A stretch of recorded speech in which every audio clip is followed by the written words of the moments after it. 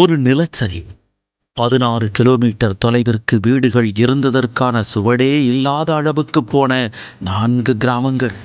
கேள்விக்குறியான சுமார் 2000 பேரின் நிலை. கடவுளின் தேசம் என்று அழைக்கப்படும் கேரளாவின் வயநாடு மாவட்டத்தின் சோகக் கதைதான் இது.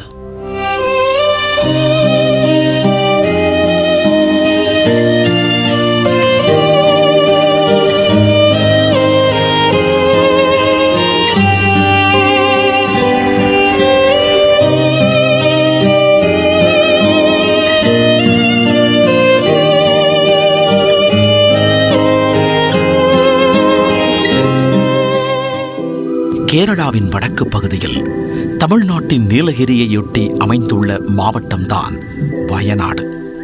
மலையேற்றம், அழகான நீர்வீழ்ச்சிகள், குகைகள், பறவை காட்சிகள் என சுற்றுலா பயணிகளின் சொர்க்க பூமிகளில் ஒன்றுதான் வயநாடு.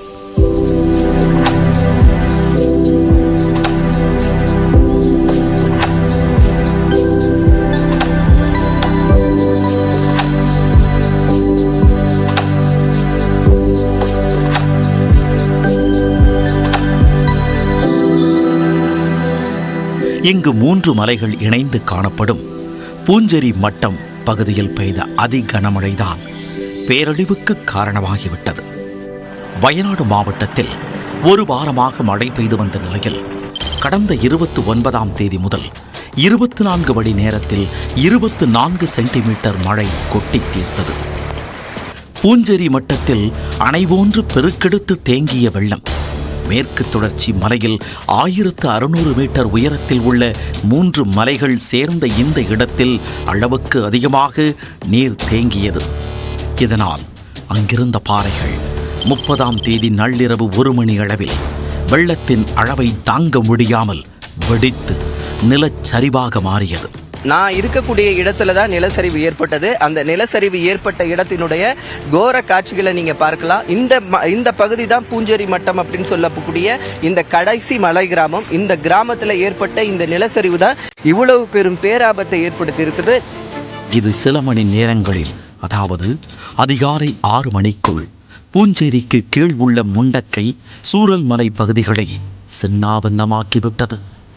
கிராமங்கள் இருந்ததற்கான சுவடுகளே இல்லாத நிலைக்கு மறைந்து விட்டன.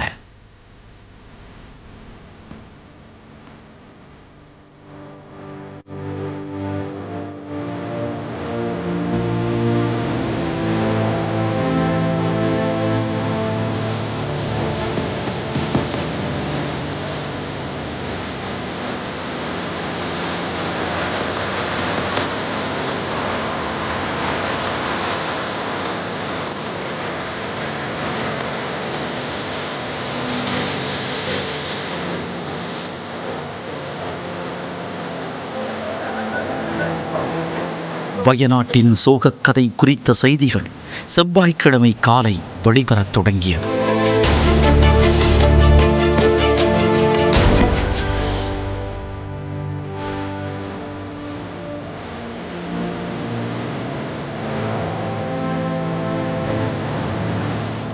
உடனடியாக நியூஸ் 18 செய்திக்குழு சம்பவ இடத்திற்கு விரைந்தது. மிகவும் சிரமப்பட்டு சூரல்மலை பகுதிக்கு சென்றடைந்தோம்.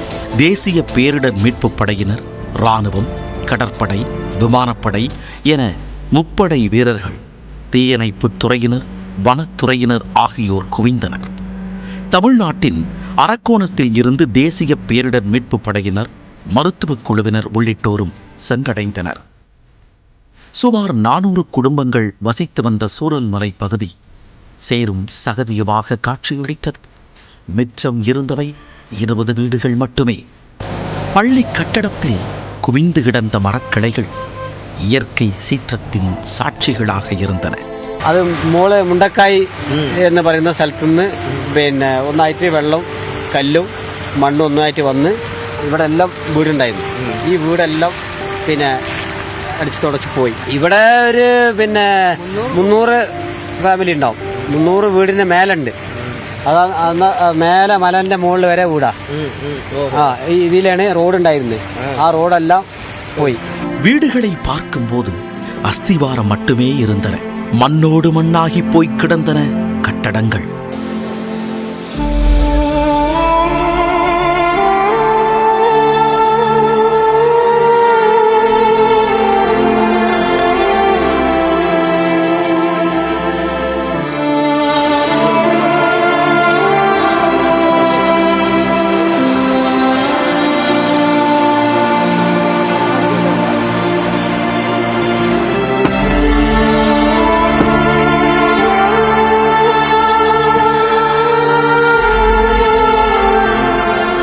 அந்த வழியாக ஓடையாக ஓடிக்கொண்டிருந்த இருவிழிஞ்சி ஆற்றில் வெள்ளப்பெருக்கு ஏற்பட்டு சூரல்மலை பகுதியை இரண்டாக பிளவுபடுத்தி குட்டி தீவாக மாற்றிவிட்டது.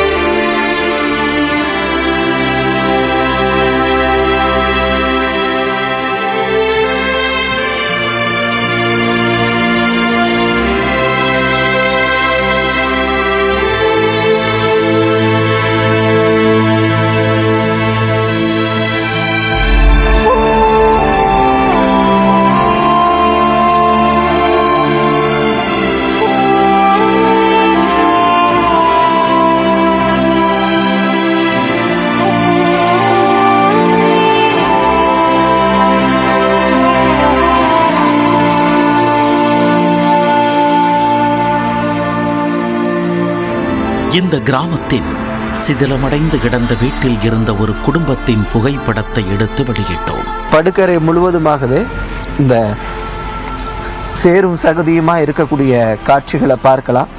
அந்த குடும்பத்தினருடைய புகைப்படங்கள் எல்லாம் இருக்கிறத பார்க்க முடிகிறது.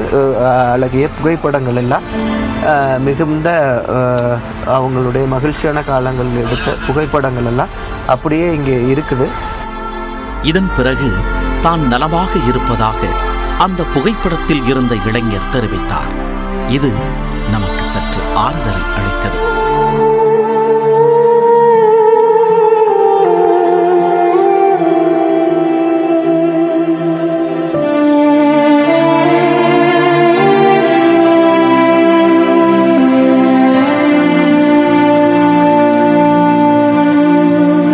நிலச்சரிவின் போது மகள் மற்றும் மகளின் குழந்தையை காப்பாற்றிய முதியவர் தனது அனுபவத்தை நியூஸ் 18 தமிழ்நாடு தொலைக்காட்சியிடம் மிரட்சியுடன் பகிர்ந்து கொண்டார்.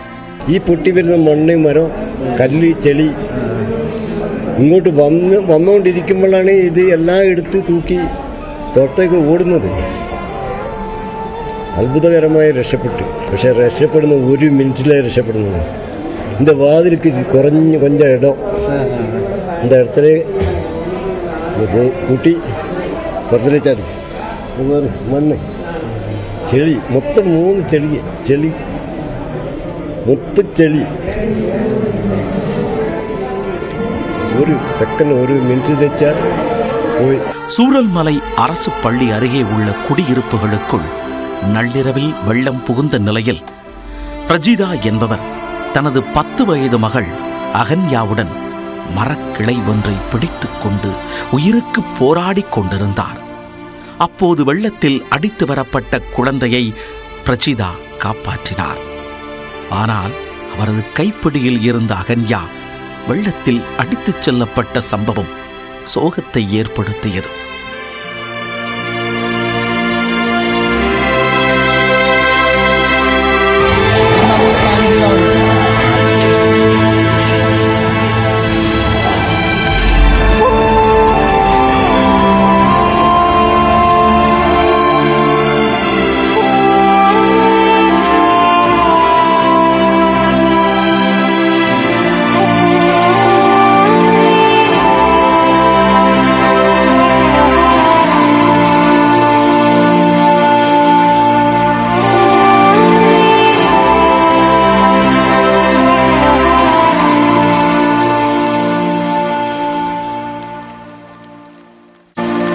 சூரல்மலையில் உள்ள இருவிழிஞ்சி ஆற்றை கடந்து சென்றால்தான் முண்டக்கை கிராமத்தை அடைய முடியும்.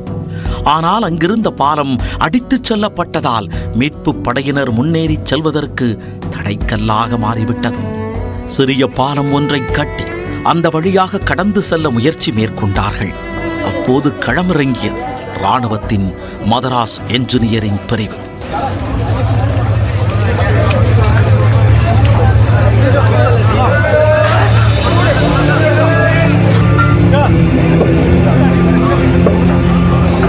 ராட்சத இரும்புகளை கொண்டு பாலம் அமைக்கும் பணி தொடங்கப்பட்டது. இடையிடையே மழை குறுக்கிட்டதால் இந்த பணிகளை தொடங்குவதற்கு இரவு 9 மணியாகிவிட்டது. அதற்குள் பாலம் கட்ட தேவையான பொருட்கள் டெல்லியில் இருந்து கோழிக்கோட்டிற்கு விமானத்தில் கொண்டு செல்லப்பட்டன. அங்கிருந்து அவை 17 ட்ரக்குகளில் வயநாட்டிற்கு எடுத்துச் செல்லப்பட்டன. மேஜர் சீதா ஷெல்கே தலைமையில் இந்திய இராணுவத்தின் பொறியியல் பிரிவான மதராஸ் என்ஜினியரிங் பிரிவினர் தற்காலிக பாலம் அமைக்கும் பணியை மேற்கொண்டனர். புதன்கிழமை இரவு 9 மணி முதல் வியாழக்கிழமை மாலை 5:30 மணி வரை 16 மணி நேரம் இடைவிடாது பணி செய்து தற்காலிக பாலத்தை வெற்றிகரமாக கட்டி முடித்தனர்.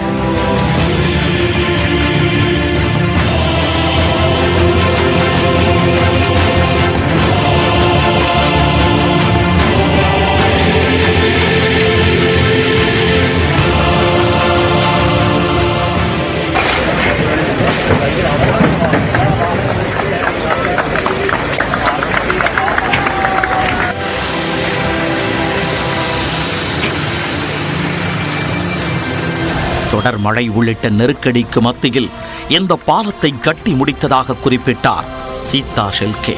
With all these difficulties, our team could have completed this task, and with this bridge, Bailey Bridge, we have also constructed the improvised footbridge. You can see. So, जब तक ये काम कंप्लीट नहीं हुआ था, उसके पहले ये ब्रिज कंस्ट्रक्ट इसीलिए किया गया था ताकि रेस्क्यू ऑपरेशन को जारी किया जाए और विलेजर्स के लिए ये आसान हो मूवमेंट करना. இதன் மூலம் 2 நாட்களுக்கு பிறகு மீட்பு பணிகள் தீவிரமடைந்தன. இடிபாடுகளை தோண்டி எடுக்கும் பணியில் ஜேசிபி உள்ளிட்ட இயந்திரங்களும் மீட்பு படையினரும் களமிறங்கினர்.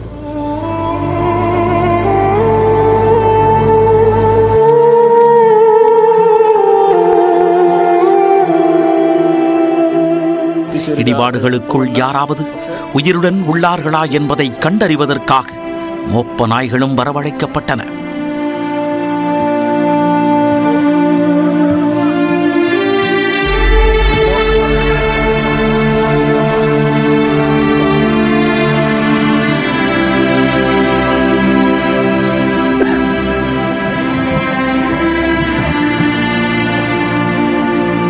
ஓரிடத்தை பார்த்து மோப்பனாய் குறைத்ததால் அங்கு இராணுவத்தினர் தோண்டும் பணியை தீவிரப்படுத்தினர்.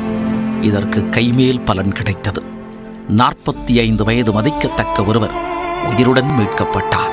உடனடியாக அவரை இந்திய இராணுவத்தினர் 2.5 கிலோமீட்டர் தூரம் மலைக்கு கீழ் கொண்டு வந்து முதல் உதவி அளித்தனர்.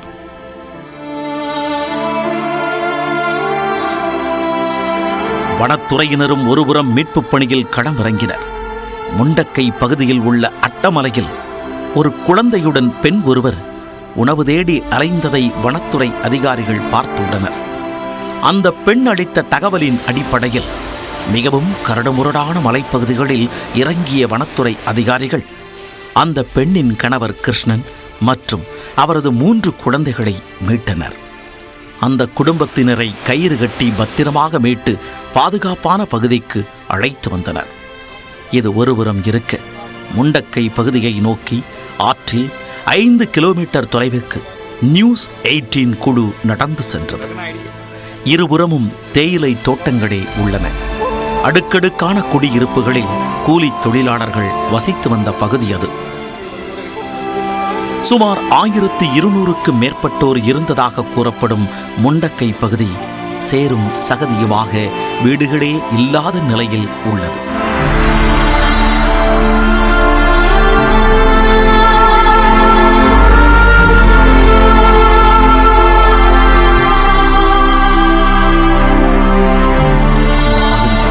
சாப்பாடு, குழந்தைகள் விளையாடும் பொருட்கள் ஆகியவை பரவி கிடக்கின்றன. அங்கிருந்த மசூதியும் முற்றிலுமாக சிதைந்துவிட்டது. அங்கு 400 வீடுகள் இருந்ததாக கூறப்படும் நிலையில் 20 வீடுகள் மட்டுமே அந்த கிராமத்தின் அடையாளமாக திகழ்ந்தன. இந்த வீட்டில் வந்து கிட்டத்தட்ட ஒரு 10க்கும் மேற்பட்டவர்கள் இருந்திருக்காங்க. அவங்க 10 பேரையுமே தற்போது காணலை அப்படின்னு சொல்லிட்டு சொல்லக்கூடியதை பார்க்க முடிகிறது. மிகவும் ஒரு அவலமான நிலையை தான் இருக்குது. நீங்கள் அந்த பக்கம் பார்க்கலாம், அந்த பக்கம்லாம் வீடுகள் இருந்த பகுதி. ஆனால் அந்த வீடுகள்லாம் எதுவுமே இல்லாமல் வெறும் பெரிய பள்ளத்தாக்கு ஒன்று அங்கே இருக்கிறது மாதிரி இருக்குது.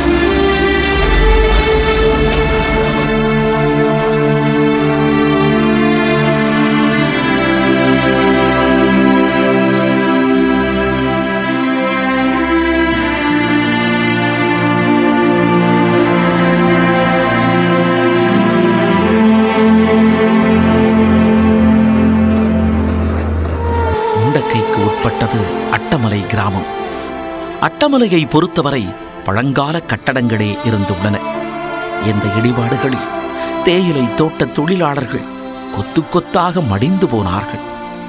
அங்கிருந்து மேலே உள்ள பூஞ்சரி மட்டத்திற்கு செல்ல சாலையே கிடையாது.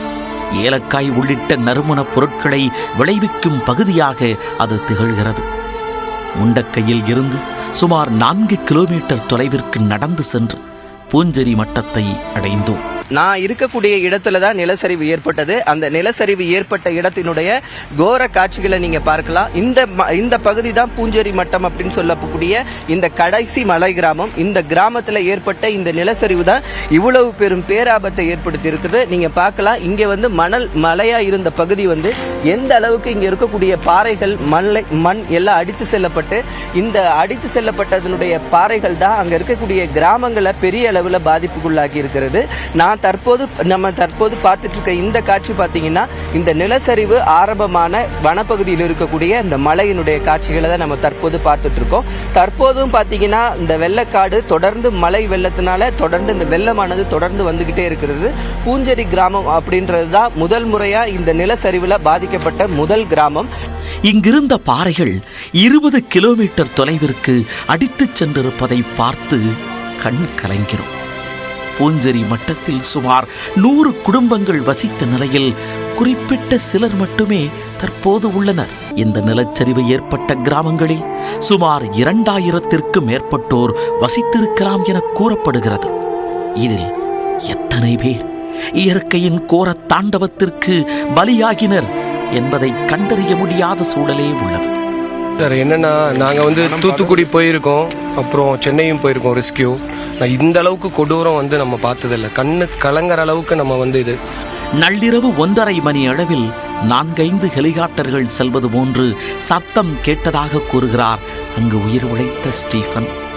ഒരു ഹെലികോപ്റ്റർ ഒരു 4-5 ഹെലികോപ്റ്റർ നമ്മളെ തലേന്റെ മുകളിൽ കൂടെ പറന്നാൽ എന്തായിരിക്കും ഒരു സൗണ്ട്, ആ ഒരു സൗണ്ടാണ് അനുഭവപ്പെട്ടത്. മോൻ പറഞ്ഞ് അച്ഛാ ഓടിക്കോ എന്ന് പറഞ്ഞ് മോൻ കട്ടിലിൽ കിടക്കായിരുന്നു. ഭാര്യ മൂത്രം ഒഴിച്ചിട്ട് അടുക്കളയ്ക്ക് കയറി.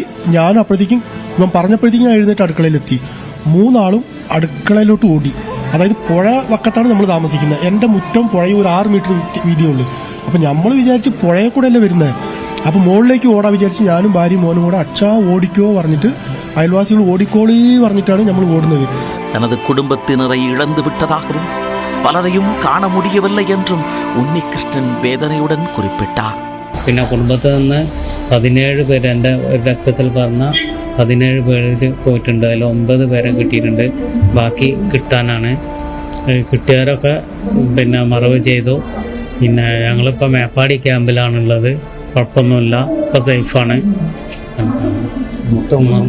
മൊത്തം സ്വന്തക്കാർ മൊത്തമായിട്ട് ഒരു 40-ൽ കൂടുതൽ, 40-ൽ താഴെയല്ല, 40-ൽ കൂടുതൽ ആൾ പോയിട്ടുണ്ട്. ഇതിൽ കുറച്ച് പേരെ കിട്ടിയിട്ടുണ്ട്, കുറച്ച് പേരെ ഇനി കിട്ടാനുണ്ട്. நமது மனதை உருக்குலைக்கச் செய்த இதுபோன்ற ஒரு கோரம் மீண்டும் நிகழ்ந்துவிடக் கூடாது என்பதே நம் அனைவரின் எதிர்பார்ப்பாக உள்ளது.